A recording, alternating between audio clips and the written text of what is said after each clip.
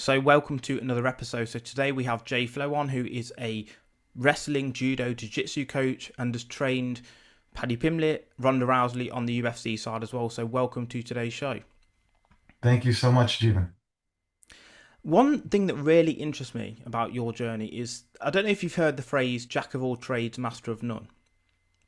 Of course. Yeah. But did you know that the full phrase is jack of all trades, master of none, oftentimes better than being a master of one. So basically, the full phrase actually inverts that, and I think for as far as your sort of journey goes, you're actually high level in judo, high level in jiu-jitsu. We talked about it just a second ago off air. You got your black belt really, really quickly. You performed at a high level in wrestling as well. So you've got a real high level across the board, which, again, according to that quote, it's better than being necessarily a master in one. Yeah. So I did my fair share of specialization within each discipline, but I think what made me a little bit unique as far as being able to utilize skills from each discipline that work across the board was at a young age, I moved from judo into wrestling. And it was an interesting transition. I was 14, just started high school, and in America, we have a folk style wrestling as kind of the predominant form of wrestling rather than Olympic freestyle wrestling. So I had to adapt. I had over 2,000 matches in the sport of judo up until that point, and I understood some core tenets as far as how to win and mat sense. And I had to kind of shape my reactions to a new sport, basically. And that helped me become a little bit more well-rounded and open-minded to different approaches. I wasn't very conventional at first because my style wasn't your basic conservative approach to how to score points in wrestling, American wrestling, where the rule set is if you control them after a takedown, you get 2 points. If you put someone on their back for 2 seconds or 5 seconds, you get 2 or 3 points. If you get off the bottom, you get a point. That's drastically different than the sport of judo. In judo, you do have pins where you hold someone in osaikomi for a certain amount of time and you get scores, and then you get ippon if you hold them back in my day for 30 seconds. Now it's 20 seconds. So there is a little bit of control there. And so I was able to adapt my style from understanding how to take people down from their feet to their back rather quickly. It's just my gripping and my stance and my reactions to shots had to definitely there was a learning curve. So relatively quickly, I was able to basically play the game, like understand some hand fighting concepts, sprawling, and how my stance from afar had to be a little bit lowered. But I would say the judo skills I had learned for 7 years prior to wrestling helped me level the playing field really quickly and then surpass a lot of my peers. Where, a lot of the wrestlers I was wrestling against in high school had wrestled for 10 years up until that point. Some of them were seniors in high school, so they started at 7 or 8, and they were 17 and 18 by the time I wrestled them.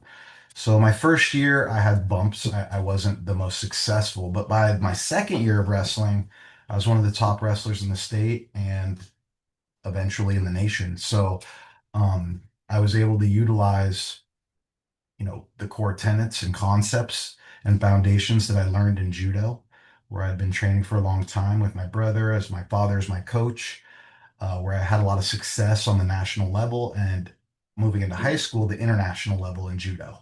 So I was posed with a unique problem where I had to choose between the two disciplines where I was going to move forward in my career, so to speak. So yeah, it was a good problem to have by the time I reached my finish of high school. So yeah, so I think I was able to understand a little bit more about myself as I moved into college, where I had a really influential speaker at my college that came in who had over 100 patents.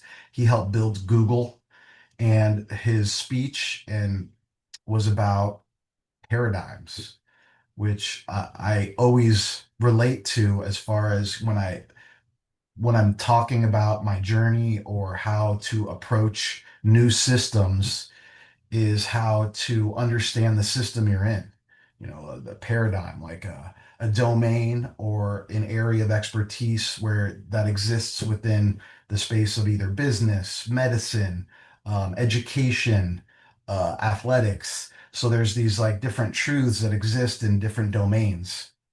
And I think one of the most important areas that he touched on was as you get to the center of each domain, the truths become hardened and you become more solidified in those um, systems that make those, systems work. So in judo, um, I was like near the center of the bubble, so to speak, of like that paradigm. And it was hard to see outside of it until I started wrestling. And it made me reevaluate myself within the space of judo and as well as in wrestling. And he mentioned how if you exist on the outside, on the last cusp of each paradigm, you could kind of see the forest from the trees. You understand what works, what doesn't, and how you relate that to different paradigms. So it was really a great, presentation, and it almost explained who I was at that time without being able to articulate it myself. So extrapolating the movements, moves, concepts that worked for me in judo and how I applied them into wrestling, I took those tenets and I utilized them in the space of jujitsu as well. And then when I started coaching at a high level within the MMA sphere, I took the same kind of approach where I knew what I didn't know, I learned more, and I was able to relate themes and concepts that work within jujitsu, judo, and wrestling for mixed martial arts. Sure, I'm not much of a striker. I never have claimed to be, but within the space of MMA grappling, maybe I'm able to see things that some people don't see because of my broadened experience within multiple disciplines. So it was a really amazing opportunity I was able to be provided with by helping and coaching Ronda Rousey initially as far as my MMA journey started. Um, and then moving on to different athletes, trying to see what each athlete needed individually rather than trying to fit square pegs into round holes. Like, here's what works, here's what doesn't. This is the law. It's more a boutique style where I really get to know each athlete as far as their tendencies, maybe the areas that they need help with to fill them in, or how to get them to where they're best as far as what they do. How do we get you to these positions more often where you have successful outcomes? It's interesting So with regards to a couple of things. One is that there is a common misconception that just because judo's in a gi that you can't translate or have those transferable skills to other disciplines that have no gi, because there is fundamentals there that can be translated. So I've seen gi athletes go to no gi and be just as good, and vice versa. I've seen wrestlers come into judo and they're still absolutely battering some players, just going for the big suplexes, big uranagis, as it were. So that I found that interesting, and I think the other thing that I found interesting with yourself is you mentioned about a bespoke approach to each individual athlete. I think you spoke before about Jocko Willink's daughter, and instead of just saying to her, look, this is what you need to be doing, you said, look, let me just watch her drill, let me just watch her move around, and that will help me to gauge what type of person she is, what her movement patterns are like, what may work for her. It might not work for me as the coach. I might be a lefty, she might be a righty, and I think that's a really interesting take, is that as a coach you're taking a more bespoke stance rather than saying, this is my hymn sheet, please sing from it. yeah, I mean, I've known a lot of coaches in my time, and I think I gravitated to the ones that can relate to me and not just try and put me in a box as far as, because wrestling is kind of a team sport. And sometimes coaches, they have an easier time having a herd mentality where they want everyone doing and training a very similar way, where it's a really unique environment because you have so many talented athletes who have gotten to a high level by their own skill and characteristics that differ maybe drastically from, the person one weight up or one weight down. So I always found it interesting as an athlete and as a coach how to be able to accelerate someone's growth curve by understanding who they are as individuals and knowing their thought process and how they train and what their goals are, and maybe simplifying it or adding depth based on the athlete. Because I've coached a myriad of athletes, and you know, there was a time in maybe 2021, 2022, that time frame where I remember I was coaching like 7 or 8 private sessions a day to the highest level athletes, as far as, whether it was judo, grappling, or MMA. And I would have Dominic Cruz in 1 hour, then the next hour I'd have Kat Zingano, then the next hour I'd have Patty Pimblett, then I'd have Angela Hill, and then I'd have JJ Wilson. Each hour I would have a completely different lesson plan and a completely different approach to that athlete as far as even my demeanor. Some of them need, a little bit more of assertive approach, and some of them you got to kind of like understand their temperament to get the best results. And, I've had some instructors and coaches that have watched it and be like, you're like two different people with those, with one athlete and the other athlete. And I think that took a lot of time for me to develop that skill. And I wasn't always sure about that. I was always it was something I kind of evolved into just based on my own experience. But I think some of those results spoke for themselves. I I would run into problems sometimes with athletes that you know, were having a hard time outside of the mat space, and how to, get them built up to be their best self for that session or for their fight, which would be in 7, 8 weeks or 3 months, depending on their timeline. And I really did enjoy that process of just grinding and being on the mat and learning so much from each athlete as well, as far as, how to relate that to life in general. It's like there's not one key for all locks. So I really do look back at that time fondly. It was a lot of work. I had, a good 4 or 5 years in there where I was coaching the US Olympic judo team, in parallel with all these MMA athletes, which was two completely different domains, but how I would be able to write up lesson plans and run practices for Team USA Judo, or how I would work individually with these high level MMA professional fighters who just had different goals and a different, paradigm, so to speak. I like your ethos because even throughout that whole sort of discussion there, you were talking about getting the best from the athlete. It wasn't about you. It wasn't about saying, well, I want to implement my stance on this person. It's saying, well, how do we understand the athlete first of all? How do we understand the goals? How do we understand the domain or the paradigm, as you say? And how do we understand even the temperament of the person to get the best from them? Different lesson plans, different focus, and you can switch your hats. You say you're coming from judo, take the hat off and go into the paradigm of the MMA world and how that translates to whichever athlete it is, and their goals and their expertise. But do you think there is something across the board in all of those domains, whether it's MMA, BJJ, judo, wrestling, that is consistent across the board, that you say, well, this is probably one thing I could say across the board is something that I see in most athletes that would help them, if that makes sense? Definitely.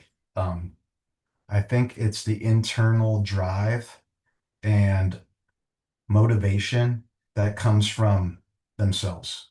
Because I've coached athletes that their motivation is outside themselves, as far as, they're driven by naysayers, or they're driven by motivating factors of other people that, where they can't muster the motivation and competence by their own internal dialogue. So I've always gotten the best results from from athletes that really want the end goal, whether it's becoming an Olympic champion, Olympian, whether it's winning a ADCC title, whether it's being, the best MMA fighter in their organization. So I have always gotten the best results from people that take my input and and take it in a way where they don't feel threatened by the fact that they don't know it. They have a thirst for knowledge, and the ends justify the means, but it's all self-motivated. It's like the movie Inception almost, where, it's really difficult to have me as their motivating factor because I'm not, I can't do that for an athlete. That's really difficult. Um, and I've known coaches that have that strength and skill. They're more motivators. And a lot of times it's difficult for like a highly technical coach to also be someone who regulates an athlete's motivation. Those are very unique individuals. And I know at times I've had to be that person. And I almost do that unwillingly because I really do believe that if you're at the dance, you want to be there, So that's always been something that I almost like an interview process with the first session to talk and get to know someone and understand what their goals are and why they have those goals. Almost as it is, it's like when I want to watch someone just drill before I really give them a lesson plan because I want to get to know who they are on the mat, off the mat, in a way where I could really embrace their end goals.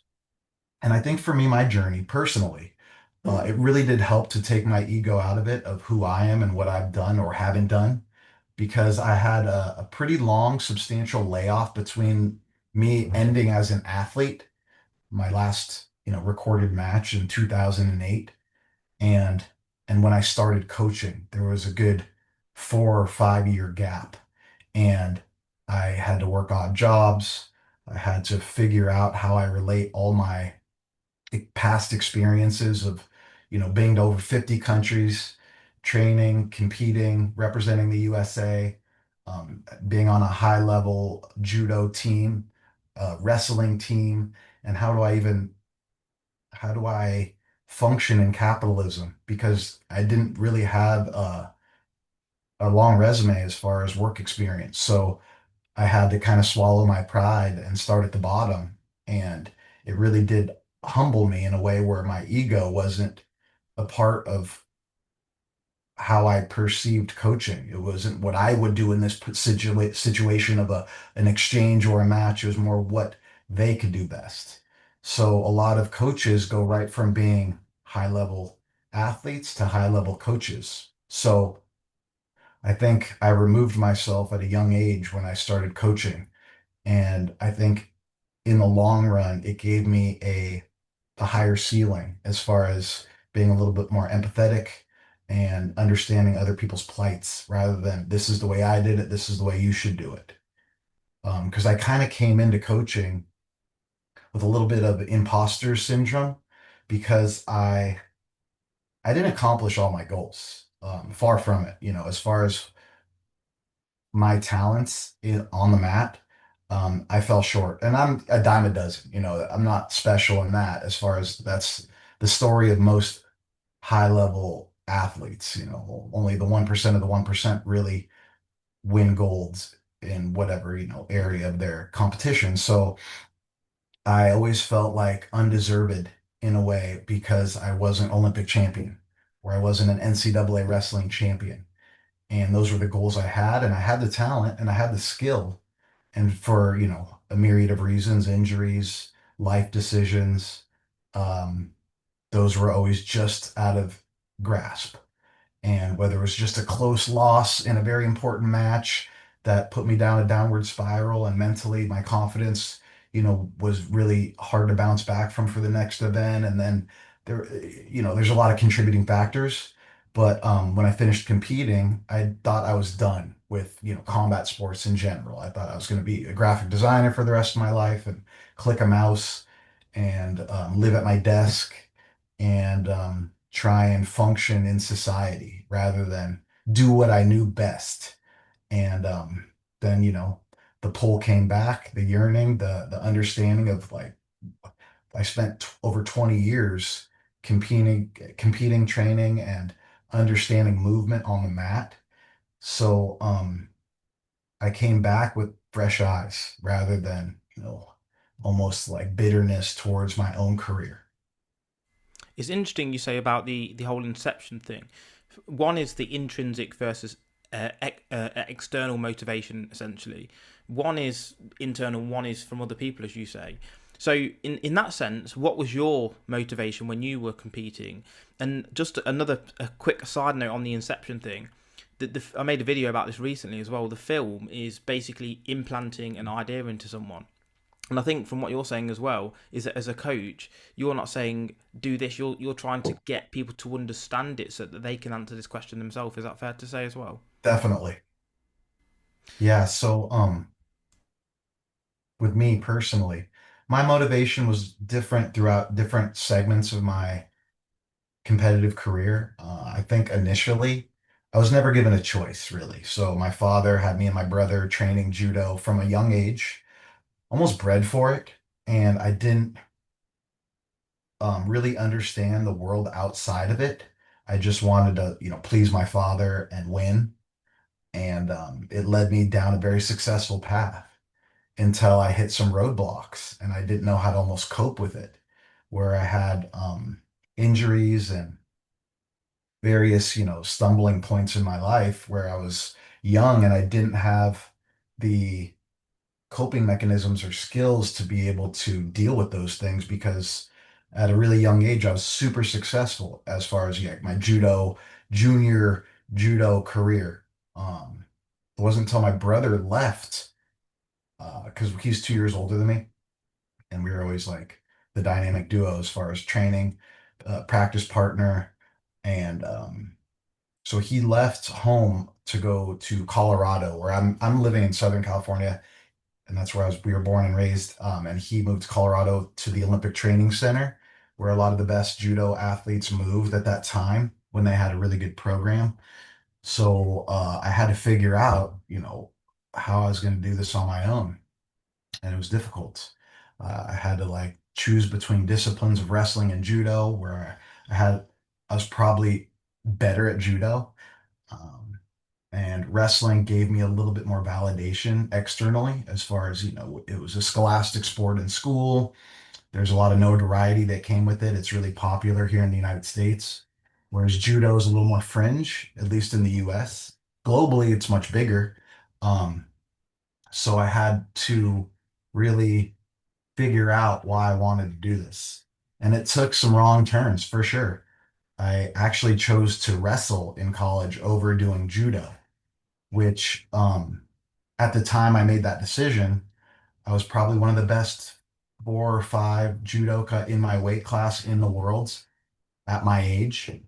Um, and in wrestling, I was one of the top 4 or 5 in the nation in my weight class of my age. So, um, I had a college scholarship to one of the best universities, University of Nebraska, where I accepted it and I went and wrestled there, all with the idea that I could always come back to judo.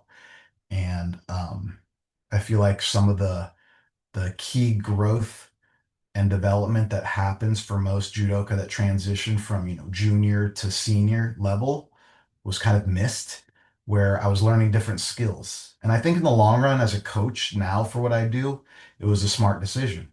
But as far as trying to win the Olympics in judo, I kind of skipped over a really important time where the athletes that I had beaten when I was 17 and 18, um, when they were doing judo on the international circuit while I was wrestling, were winning the biggest events on planet Earth.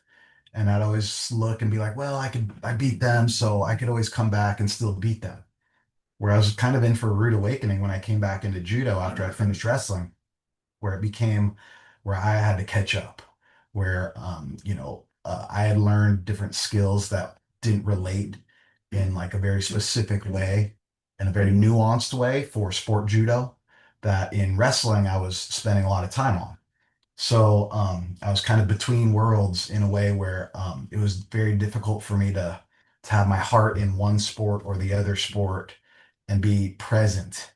I always felt like, I had FOMO or the grass was always greener. So it was like a really hard time for me in my life because I was not content wrestling, even though I was at, the Super Bowl. I was at, the highest level you could ascend to for my age in wrestling. It just was something that, I always felt a little empty. And then I came back into judo and it took a little bit of time. And then I got my judo legs under me after about a year. And then I was on the right track. I was doing really well. And I was competing up until that 2004 Olympic window from 2001, 2002. I came back into judo from wrestling. And then my goal was the 2004 Olympics. And I had a lot of big wins and I had a lot of big matches where I stood toe to toe with, Olympic champions and medalists where I beat some of them. I lost to some of them, but I was right there. And it came to the Olympic trials in 2004. And this was probably the most defining moment of my athletic career as far as, I'd done the work. I battled three ACL reconstructions. I had beaten the number one athlete in the US, I think 7 times preceding those Olympic trials. And since I had these knee injuries, I would do really well, and then I'd get injured and I'd have to get a surgery. And then I'd come back almost better just because of my motivation and the rehab I was doing and the I was really strong-willed. I would come back and I'd be better without, I'd miss those 6 or 7 months. And so by the time the trials came, just because of like the way that points were allotted, where you would have to win tournaments and get points, almost like the tennis tour or, where you're accruing points, they would have a seeding based on those points. So coming into the Olympic trials, even though I'd beaten that other athlete, he was the number one seed. I was the number two seed. So I would have to win the tournament and beat him in the finals to force a 2 out of 3 playoff. It gave the number one seed like a cushion. So I won the tournament, I beat him in the finals, and it forced a 2 out of 3 playoff. And then in that 2 out of 3 playoff, I won the first match. And then in the second match, I lost a very narrow decision. And it came down my whole like career, basically came down to this one match where man, the environment was pretty intense as far as it was about midnight because we were the last match of the event. There was about 5,000 people in the stands still at the San Jose Sports Arena. And our last match, where about 20 seconds into the match, I came in for like a Yoko Satemi Waza, like a fireman's carry almost. And he he turned in a way where I got exposed and I landed on my head. And I got a concussion and I herniated a disc in my neck. And I kind of laid there in pain for about 20 seconds. And the doctor got called onto the mat, which is like a family friend who I'd seen due to my other injuries. And he was like the team USA doctor. And he came out onto the mat and he grazed my shoulder with his hand. And unbeknownst to him, from that moment on, I was disqualified because he had done what's called like an adjustment where the doctor can't perform any adjustment. So if he touches you, you're immediately disqualified. And that rule actually got changed about a month later, preceding the Olympics after those trials based on that match. That's crazy. And so I stood up, I kind of rolled my neck out. I couldn't really feel my right hand that well. And, the world was a little fuzzy, but I was ready to keep competing. And at that point, they gave my opponent the win. So, based on kind of a technicality, my dreams were crushed. And it was a really hard pill to swallow as far as, all the time commitment and life force I had put into striving for that goal. And my goal wasn't just to make the team, it was to medal at the Olympics. And I had a lot of soul searching to do after that, as well as, MRIs on my neck and making sure, my TBI wasn't, in a way that had to put me out of combat sports in general. But there was a good 4 months where I was really depressed. I shot up in weight about 20 kilos. I was working odd jobs. I remember one morning I woke up the week of the Olympics, as I was like laying brick. Um, and the TV was on, and Katie Couric was getting thrown on Good Morning America by the opponent that I had lost to the day preceding his tournament at the Olympics, his matches. And I was just like, wow, man, that should have been me. And not that I'm just looking for the cloud of being on Good Morning America, but just it really did show me in a parallel universe, my life could have been drastically altered. And it took me a while to get motivated to get back into it. I really was lost. I was, probably abusing alcohol and marijuana a little bit too much just as a coping mechanism. And it really wasn't until, which I'm not advising that psychoactive drugs is for everyone, but a friend of mine uh, gave me psilocybin, which is, mushrooms, whatever. And it really did have me deal with a lot more than just the loss of that match. It made me look at my life in retrospect. And I I really dealt with things that were I had put under a rug and just didn't ever want to deal with because I had a really strong will and my goals were my goals. So I had blinders on to all these other things that were happening, almost white noise that I was like toning out. And I had to kind of unearth all those on my, journey, so to speak. And I was left, really questioning a lot of my upbringing and life as far as was I making all the right choices in life? Was I living to a code? Was I as disciplined as I could have been? And I really kind of reshaped who I was based on my past experiences and dealing with some of the things I had not dealt with. And it kind of made me understand that my work wasn't done. So I got back on the horse.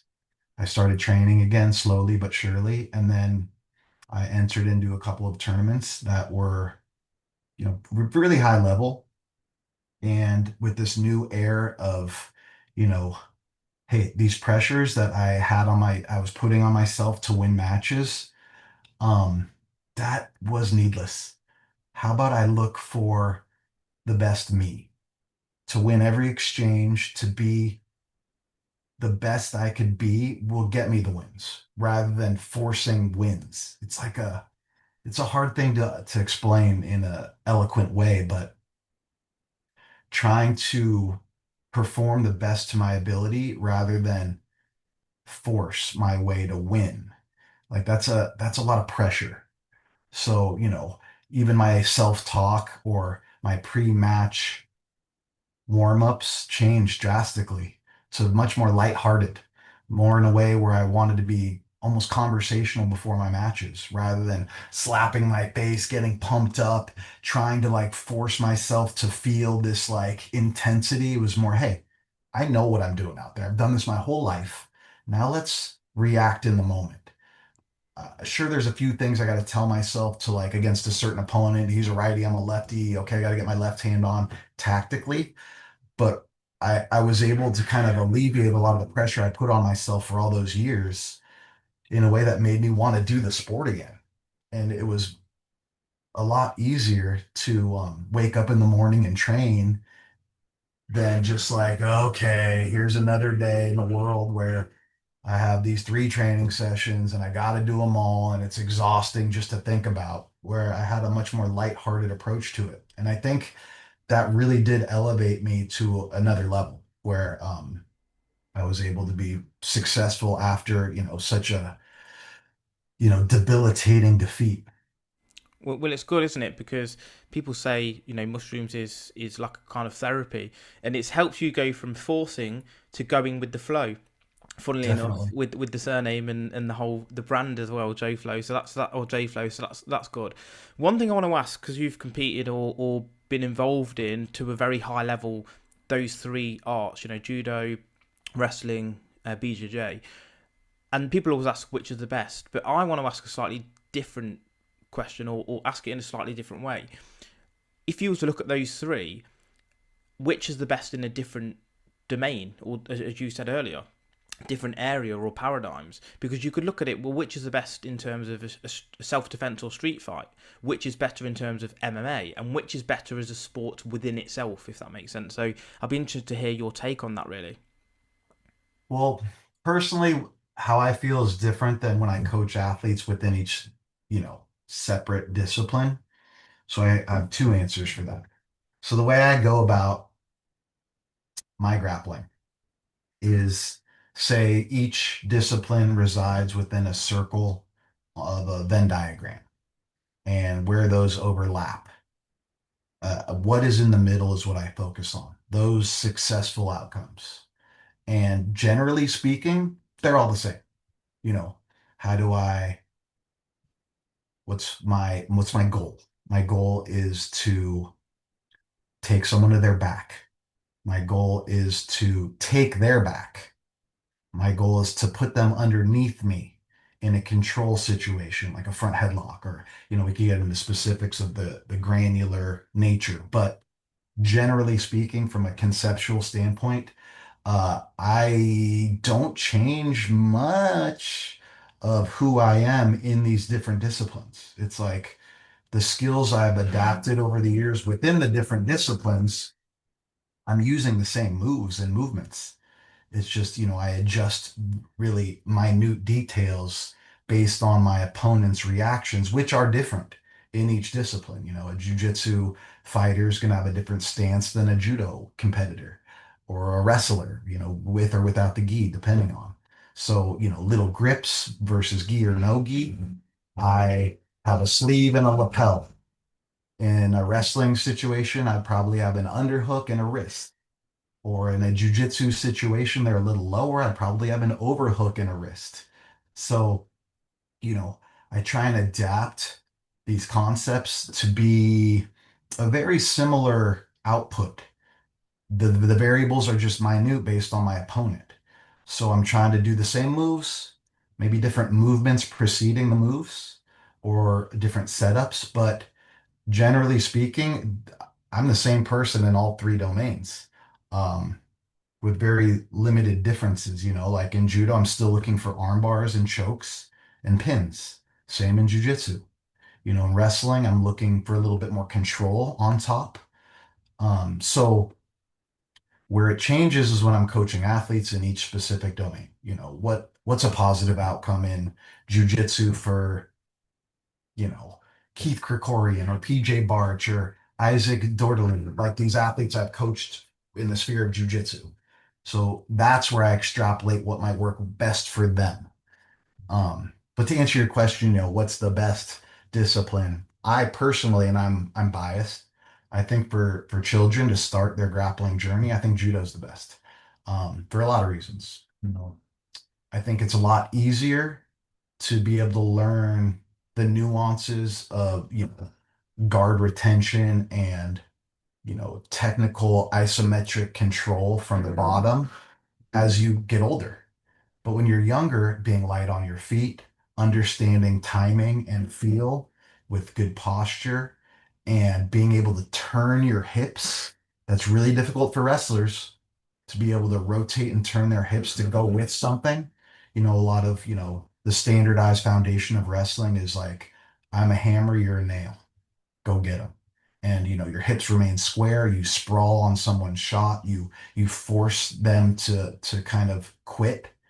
Whereas in judo, those concepts are a little different.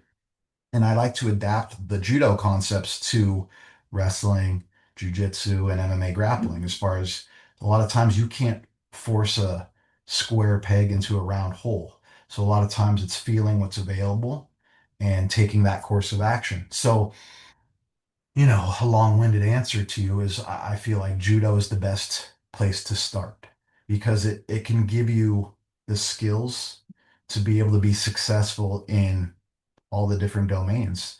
As long as, you're not over specialized in the very detailed nuances of sport judo. If you learn, some basic throws, some movement, some kumikata grip fighting, some understanding of, control both sides of the body, control the inside, those concepts translate to other disciplines.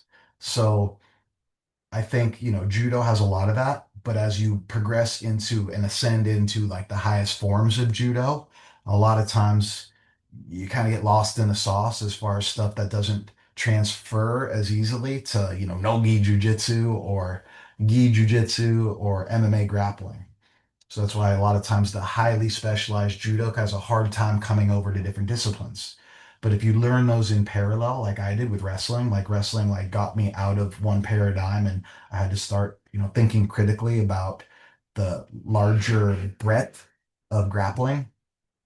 It's easier to move into different domains and paradigms. I was just lucky enough to do that in my formative years, where some people, do judo until they're 27 and they want to come over and do a different discipline, and they've almost learned too much, so they can't unlearn some of these tendencies. I would say a big one for judoka is throwing someone to their back and getting swept in the process because you learn to roll through throws as like your base instinct. So your opponent's back gets fully exposed to the mat. So you get opponent, you win. So you lose your balance, you roll, and you win the match in judo because you threw them with control, but you lose control at the end. Whereas wrestling, you can't do that. In MMA grappling, you can't do that. In jiu-jitsu, you cannot do that because the throw may have looked cool, but you've now conceded top position and now you're losing. So a lot of times it's understanding that and modeling your throws with the knowledge of how to control the momentum at the end of the throw. And that's just one example, but there's a lot of examples. And if I was talking about a wrestler trying to come into judo, there'd be a different set of circumstances that makes what they've specialized really hard to translate into judo, where, a lot of their stance and posture and lack of hip rotation and mobility is going to make it tough for them to score if they're, if that's every instinct is built around that rule set and points. So, yeah, I mean, I could go with each discipline and extrapolate a few key points where it's hard to, formulate one ideal perfect grappler within, you get a very specialized individual within each grappling point scoring sport. That's interesting, isn't it? Because, like you say about the judo thing, it could be that you then implement a rule where you say after ippon, you have to then get, how they do the 5 second Yuko hold downs now, you have to have a 5 second Yuko hold down after the throw, which I think would be a quite good addition. But I Yeah. know you've obviously got to go now as well because you've got some appointments. So, I mean, look, it's been a pleasure to have you on. You're a great knowledge base, soundboard, great understanding of all of the aspects. So yeah, I just want to thank you. And if you've got any sort of final words just to say to the guests, to the listeners rather, I'll be glad for you to say something. Sure, Jeevan. Okay, so parting thoughts. As a grappler within any discipline, I think put safety first as far as, your training methods. If you want to have a long career, so to speak, on the mat. So be okay getting thrown, understand how to fall properly, concede, and be able to dictate the outcome for your safest means. So, just like as a judoka, you learn how to fall your whole career. But the moment you get into a tournament, it's do not fall. So there's a contradiction there. But while you're practicing and training within, wrestling, judo, jiu-jitsu, MMA grappling, I think really take care of your partner, understand the goals, and if I'm going to give you a tip, is learn to use your feet. Understand within all these disciplines, you don't have to just use your arms for takedowns as far as single legs, double legs, these level changes that put you underneath your opponents. Where, sometimes those outcomes are good, but other times you get stuck underneath, and that's where a series of, squeezes, cranks, and submissions come into play. And you wonder how you got there. You put yourself there. So become dexterous and have coordination and be able to build proprioception with your feet or your hips or your lower extremities. Be able to use those as weapons for both offense and defense to reattack with. I think that would be, the biggest um, eye-opening way to gain ground and to be able to utilize all your faculties is to be able to be more dangerous with more weapons. So yeah, I would say be able to use your lower extremities for takedowns. Love it. Thank you very much again, and have a lovely day. Thank you so much. It was great being here. Cheers, bud.